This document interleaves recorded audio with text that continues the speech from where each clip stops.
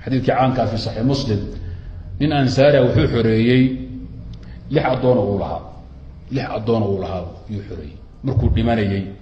oo warfaaday buu lix adoon xoreeyay asagu laha xoolaan ayaa ka ahayna ma lahay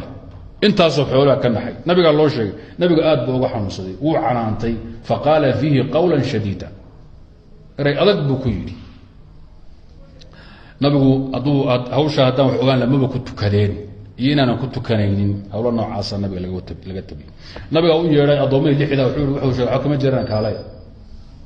maxaa jira صدح إسلام بكرة النبي لح أظن أو صدح إسلام والله يلبو وصدح إسلام صدح هدية الله حرين وقرطور النبي عليه الصلاة والسلام لابد قرطور كهشي واحد كحر ودين من ثلث ماله لحدنا لحدا أظن أول حرية على يتصرف كاس لا يصح إنما يصح في الثلث إذن لح أظن محاء الثلثة لابد كحرية بالقرعة صاصة كنت أفرت كانوا حولي ورصدوا هذا حشو لحلو